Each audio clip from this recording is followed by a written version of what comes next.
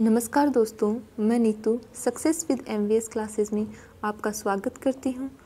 हम प्रजामंडल के बारे में पढ़ रहे थे।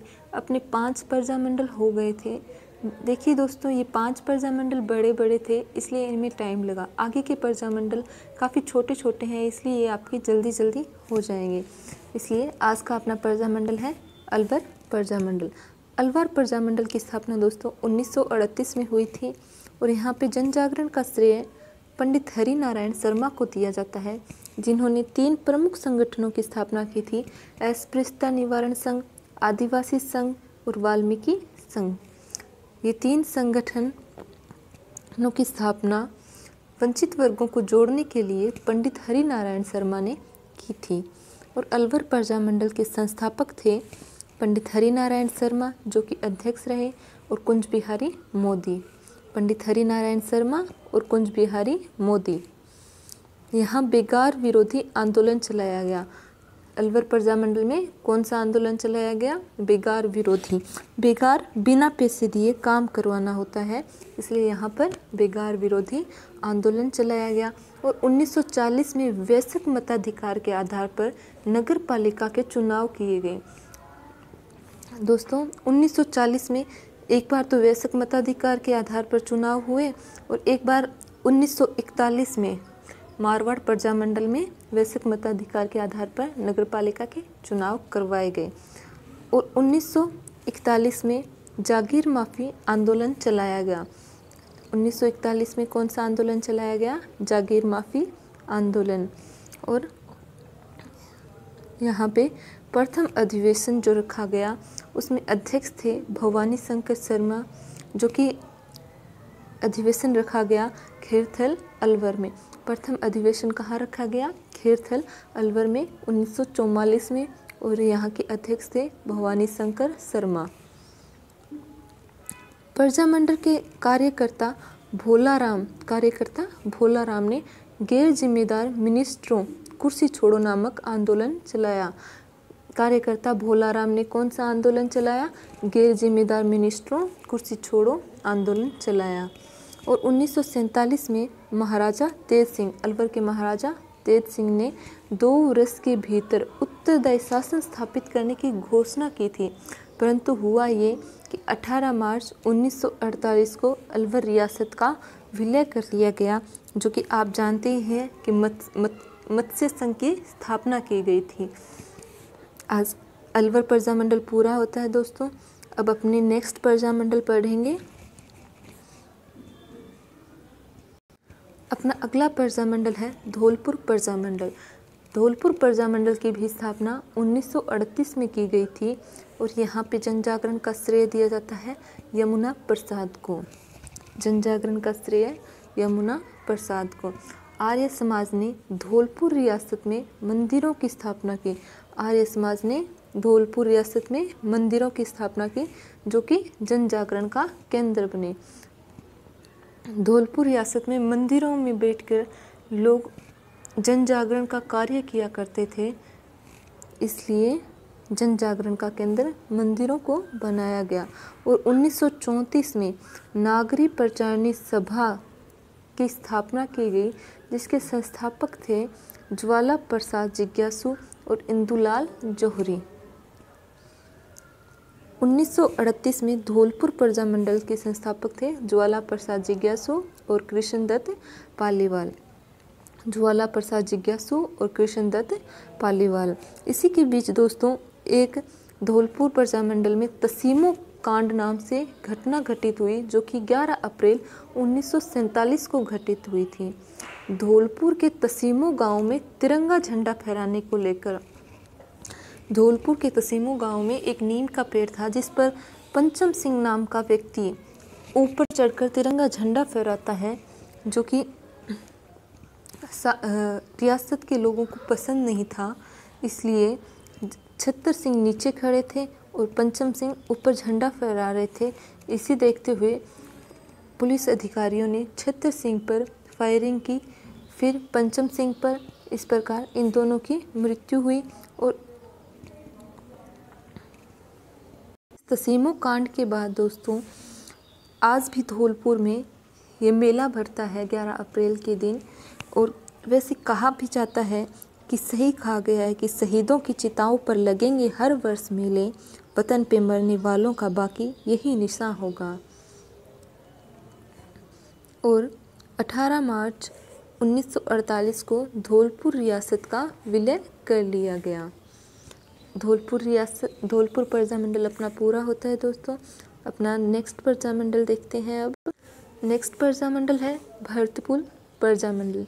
भरतपुर प्रजामंडल की स्थापना 1938 में हुई थी और यहाँ पे जन जागरण का श्रेय दिया जाता है गोपीलाल यादव को। गोपीलाल यादव को जन जागरण का श्रेय दिया जाता है दोस्तों, जो कि 1928 में प्रजा परिषद की स्थापना की। गोपीलाल यादव ने 1928 में प्रजा परिषद की स्थापना की और इन्होंने इस प्रजा परिषद के माध्यम से जन जागरण का कार्य किया। भरतपुर महाराजा कृष्ण सिंह, भरतपुर के महाराजा कौन थे? कृष्ण सिंह ने निम्नलिखित घोषणा की। ये कृष्ण सिंह गोपीलाल यादव से काफ़ी प्रभावित थे, इसलिए इन्होंने ये घोषणा की कि हिंदी को राजभाषा बनाना, जो कि अंग्रेज़ों ने तो अंग्रेजी को भाषा बना दिया था। उत्तरदायी शासन स्थापित करना ये बिना अंग्रेज़ अधिकारियों के संभव नहीं था और उनको मंजूर भी कैसे होता उत्तरदायी शासन इस तरह स्थापित करना। और शुद्धि आंदोलन दोस्तों उनके लिए था, जो कि हिंदुओं ने अपना मजबूरन धर्म परिवर्तन कर लिया, उनका फिर से उसी धर्म में परिवर्तन करना। इसलिए अंग्रेज़ों को ये बात पसंद नहीं आई और उन्होंने कृष्ण सिंह को हटाकर डंकन मैकेजी, जो कि अंग्रेज़ अधिकारी थे, को भरतपुर का प्रशासक नियुक्त किया। भरतपुर का प्रशासक किसे नियुक्त किया गया? डंकन मैकेजी को। भरतपुर प्रजामंडल के संस्थापक है किशन लाल जोशी। गोपीलाल यादव जो कि अध्यक्ष रखे गए थे, मास्टर आदित्येंद्र। इसकी स्थापना रेवाड़ी हरियाणा में की गई थी। भरतपुर प्रजामंडल की स्थापना कहाँ की गई? रेवाड़ी हरियाणा में।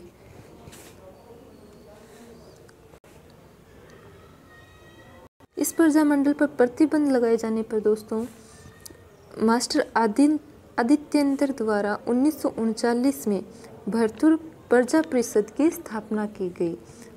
इसका नाम बदलकर भरतपुर प्रजा परिषद रखा गया।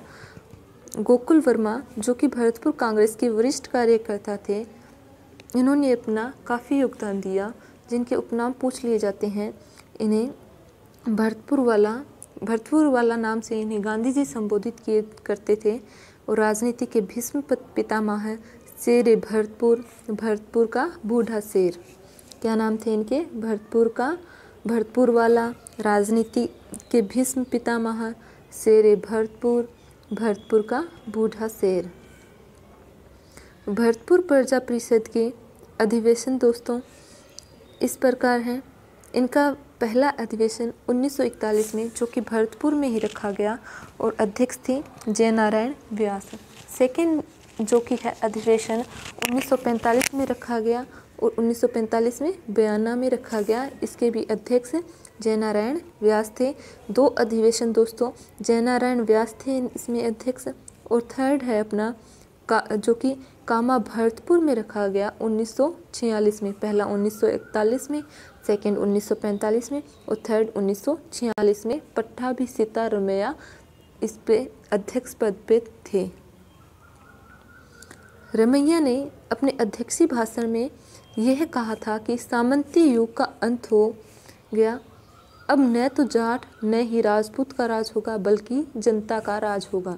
ये भी बहुत महत्वपूर्ण बात है कि रमैया जी ने अपने अध्यक्षीय भाषण में क्या कहा था? सामंती युग का अंत हो गया। अब न तो जाट न ही राजपूत का राज होगा, बल्कि जनता का राज होगा।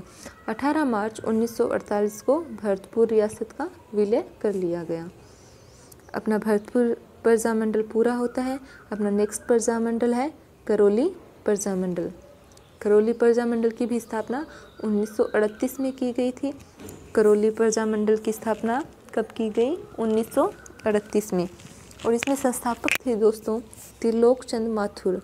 त्रिलोकचंद माथुर यहाँ पे संस्थापक थे, जो कि अध्यक्ष थे।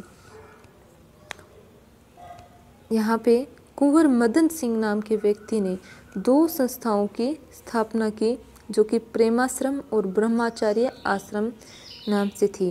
प्रेमाश्रम और ब्रह्मचार्य आश्रम। यहाँ के शासक कौन थे? भीमपाल। भीमपाल ने जंगली सूअरों को मारने पर प्रतिबंध लगाया। ये भी बहुत महत्वपूर्ण है। एक तो अलवर रियासत में जंगली सूअरों को मारने पर प्रतिबंध लगाया गया, और दूसरा करौली प्रजामंडल में जंगली सूअरों को मारने पर प्रतिबंध लगाया गया। करौली प्रजामंडल अपना इतना ही है।